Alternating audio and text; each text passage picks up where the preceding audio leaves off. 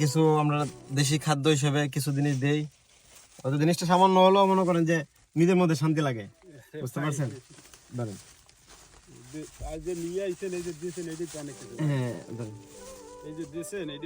মনে করেন কষ্টের কাজ পাইলে আর থাকে না, থাকে না, চলে যায়, তারা চলে যায়। অ্যাভেলেবেল আছে 5 লাখ 6 লাখ টাকা খরচা করে আসিয়া দেখে কষ্টের কাম এই পারতাম না, শরীরে সহ্য হবে না, দেশে ভাই কিনা কাজ করে নাই, কিছু করে নাই, ঘুরছে খাইছে, ভাবছে এই জায়গায় আসলে খালি টাকা পয়সা পয়সা দিব, ঠিক আছে, কিন্তু এই জায়গাতে কতটা কষ্ট যে আসে সেই বোঝে, সে বোঝে। হ্যাঁ রাইট।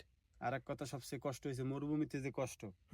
তো আমরা তো শহরের কাছে আছি, গাড়ি চলতে আছে, দেখতে আছি, মানুষজন একজন আইতে আছে, সৌদি আইতে আছে, জিগাইতে আছে, কিন্তু এমনি এছাড়া অনেক লোক আছে অনেক মরুভূমিতে নেটও নাই, নেটও পায় না, কথা বলতে পারে না ফ্যামিলিতে। আমি তো আইসে প্রথম 3 মাস কথা বলতে পারি না, কথা বলতে পারেন না একদম। 2 মাস পর কথা বলছিলাম, একদিন না জানি 2 দিনে কষ্টটা এটা আপনি বুঝবেন, হ্যাঁ প্রবাসীরা বুঝবো এই জায়গায় কি যে কষ্টটা।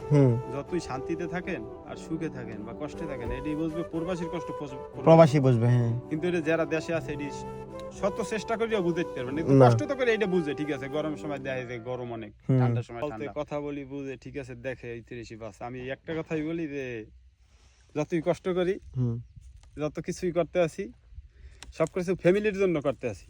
জি, তারা খাইয়ে ভালো থাক, আমাদের জন্য দোয়া করুক, সব প্রবাসীর জন্য দোয়া করুক, এইটাই, আর কিছুই নেই ভাই। সেটাই চাওয়া পাওয়া, এইটাই চাওয়া পাওয়া তাদের কাছে, আর কিছু চাই না ভাই। প্রবাসী জীবন করলাম আপন, পাইতে একটু সুখ, দিনে রাতে ভাঙে শুধু কষ্টেতে এই বুক। কে জানে দেখব কবে বাংলাদেশের মুখ।